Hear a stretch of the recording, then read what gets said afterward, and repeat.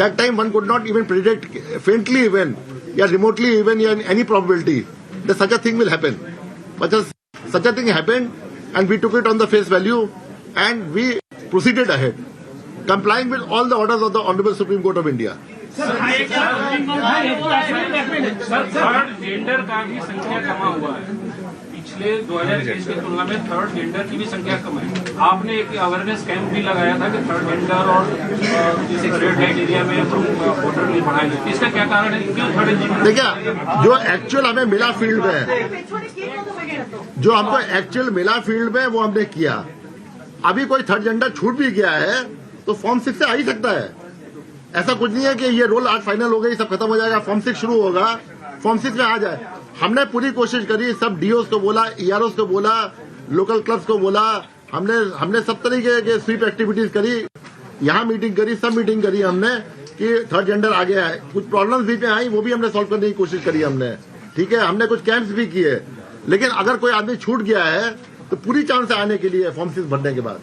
Sir, এই যে ডিলিশনটা হলো, এটা কি কোনো স্ক্যাটার্ড হয়তো হলো নাকি কোনো কনসেন্ট্রেশন কোথাও ডিসকাশন করেছেন জেলাওয়ার? না না, এটা কোনো কনসেন্ট্রেশন নেই। যেটা আজ আমি বললাম, হার্ডলি তো আপনার যে বেস ফিগার ছিল 7 crore 8 lakhs, ওর মধ্যে 5.5টা যদি গেল বি, তো that is hardly less than 1% even. তো এটা যে আছে, it is not concentrated anywhere, এমন কিছু নেই। We didn't see any concentration anywhere, but I can't give you the exact figure as of now. I can just tell you that there's no concentration. Exact figures you can get, I think, in a day or two. The 7.04 থেকে with এলডি। আর আমি একটা যে বলছি আপনাকে, আমি ধন্যবাদ জানাচ্ছি সবাই মিডিয়াকে, मतलब যে আছে অনেক জিনিস যেটা পাবলিক কাছে পৌঁছতে হবে আপনাদের মাধ্যমে পৌঁছে গেছে। আপনারা যে অনেক জিনিস আমাদেরকে ইনফরমেশন দিয়েছেন, অনেক খবর দিয়েছেন যে আমাদের কাছে ছিল না, অনেক জিনিস কি এই জেলাতে ও জেলাতে হচ্ছে। We got the information from you and we acted. And that was very, very useful to all of us and the entire team.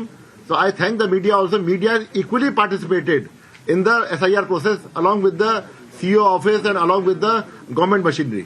Sir, there were certain documents that you wanted, and there are certain documents which court had directed eventually to accept. Has the election commission strictly adhered to the list of documents? And I ask you this because there are several people who probably had only Aadhaar and voter card, and they could be migrants who have come from Bangladesh, from other countries. So, has the election commission adhered to the documentation process strictly decided by them? If so, what happened to these people? See, election commission per se, if you say election commission, what is the meaning of election commission? As per Article 324 to 329 of the Constitution, election commission is a body, constitutional body sitting in Nirvachan Sadan in Delhi, comprising of Chief Election Commissioner, 2 commissioners, and about 400-500 officers and staff.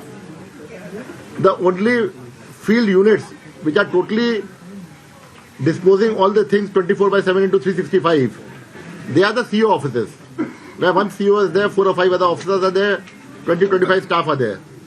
Rest, it's a conglomeration and accretion of many of officers and staff who come to work for the election commission. Election commission tells them about all the guidelines and all, and those staff follow the guidelines.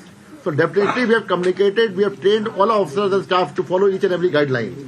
In case some do not follow willfully or the thing unwillingly, then that will be taken care of. That is always taken care of in the system. But we have told them to follow all the guidelines. আপনার form 6 যোগ করা পরে সব যোগ করা পরে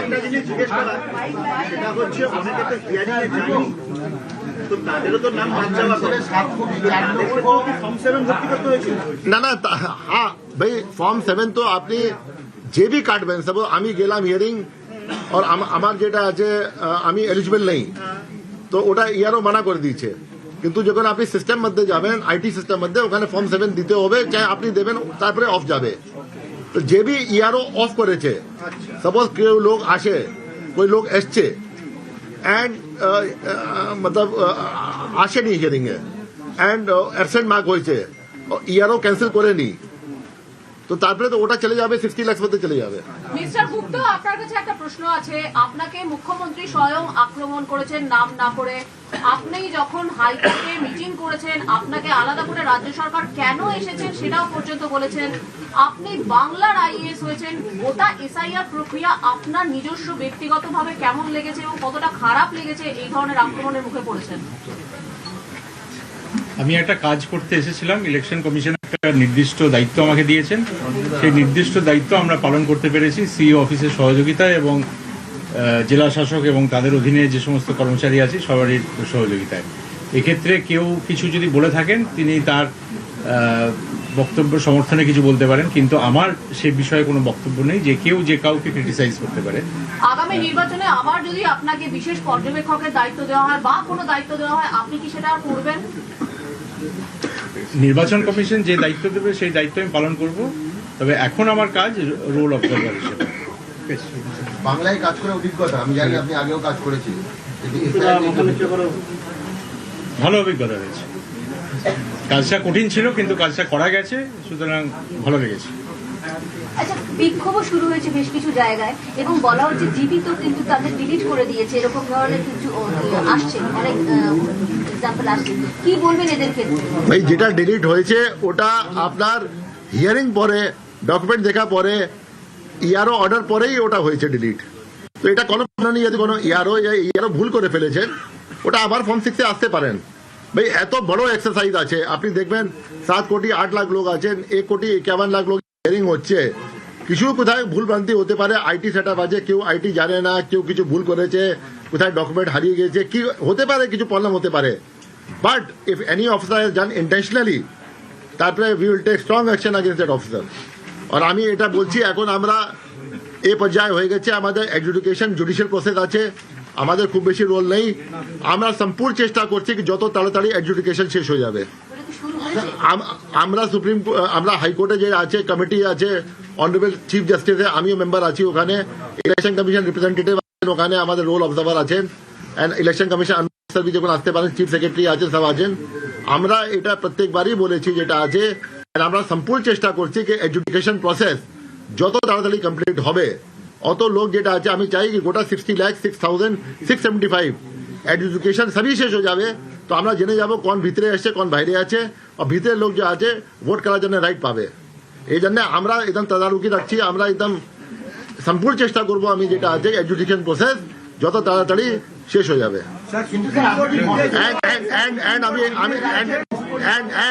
আমি এটা বলছি আপনাদেরকে, আপনাদের মাধ্যমে আমরা কনভে করতে চাই টু ইচ এভরি ভোটার যে ইলেকশন যেটা হবে আপনারা সব ভোট দিতে যাবেন, কোনো ভয় নেই, কিছু নেই। একটা অ্যাটমসফিয়ার ফেস্টিভ্যাল মতন, যেমন দুর্গা পূজা আছে ওরকম একটা ফেস্টিভ্যাল গিয়ে যান, আপনি ভোট আপনার এক্সারসাইজ করুন, ফ্র্যাঞ্চাইজ এক্সারসাইজ করুন। প্রত্যেক লোক, যত লোক ফ্র্যাঞ্চাইজ এক্সারসাইজ করবে অত ভালো হবে ডেমোক্রেসির জন্য। অ্যান্ড ওয়েস্ট বেঙ্গলকে লিড করতে হবে এটা যেটা আছে, আমাদের যেটা আছে ভোটিং পার্সেন্টেজ হাই থাকে।